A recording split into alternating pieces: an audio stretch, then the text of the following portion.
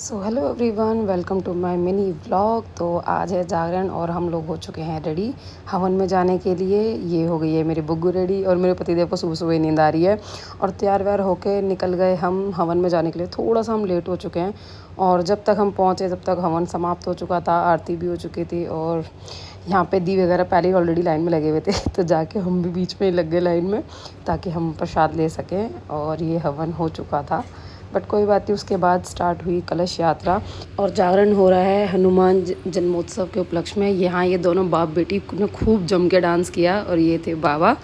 और उसके बाद चलते चलते मुझे लग गई प्यास तो मैंने पीने लग गई पानी। और यहाँ हो गया था मेरे साथ एक सीन कि मेरी चप्पल टूट गई थी तो मुझे नंगे पैर ही जाना पड़ा। और उसके बाद हम दी के यहाँ के और यहाँ आके हमने खाया खाना। दी इतने सारे केले केले लेके बैठे हैं तो ये मेरी छोटी सी दुल्हन बनी हुई थी। उसके बाद भाई हम निकल गए घर के लिए वापसी और मैं नंगे पैर ही घर गई। उसके बाद सो के उठने के बाद हम दोबारा रेडी। यहाँ बुग्गू जी गुस्से में थी। उसके बाद उन्हें मनाया और हम फिर से निकल गए जागरण के लिए।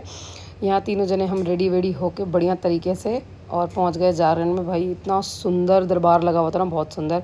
यहाँ बुग्गू को बिठाया, बुग्गू की थोड़ी सी वीडियो बनाई। बुग्गू बहुत खुश थी बाबा के जागरण में। उसके बाद ये आते ही और मुझे खाना है खाना है खाना है और हम सबसे पहले आ गए थे। मतलब लेडीज़ कोई नहीं आई हुई थी तो हम सबसे आगे बैठे थे। उसके बाद भैया इन्होंने भजन गाए और बहुत भीड़ लग गई थी जब तक। तो उसके बाद हमने किया थोड़ा सा डांस। और हम जागरण में जाएं हम डांस ना करें ऐसा तो हो ही नहीं सकता।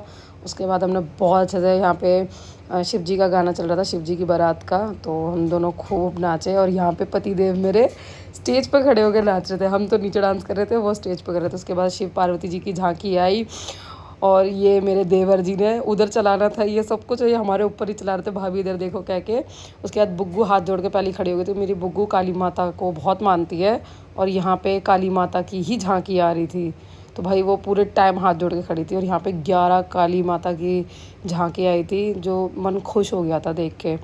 उसके बाद काली माता को नहलाया गया था, माँ का स्नान हुआ था और ये बुग्गू दी के साथ साथ नाच रही थी खड़े होके।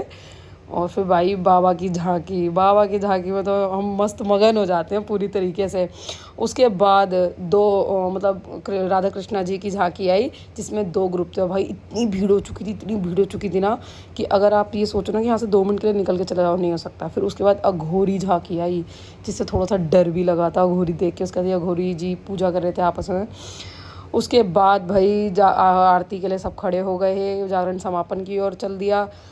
सब आरती वारती होने के बाद हम स्टेज पर चले गए थे। उसके बाद हम नीचे उतरे, हमने लिया प्रसाद और ये हम दी के घर पे आ गए। और यहाँ दी सबके लिए चाय बना के लेके आई और ये सब झूठ बोल के आए थे कि हम यहाँ आए और सब यहाँ बैठ के चाय पी रहे थे और पंचायतियाँ कर रहे थे। और आई होप सब आप लोगों को व्लॉग अच्छा लगा और मैं फिर मिलूँगी आप लोगों से एक नए व्लॉग के साथ। तब तक के लिए बाय बाय, टेक केयर।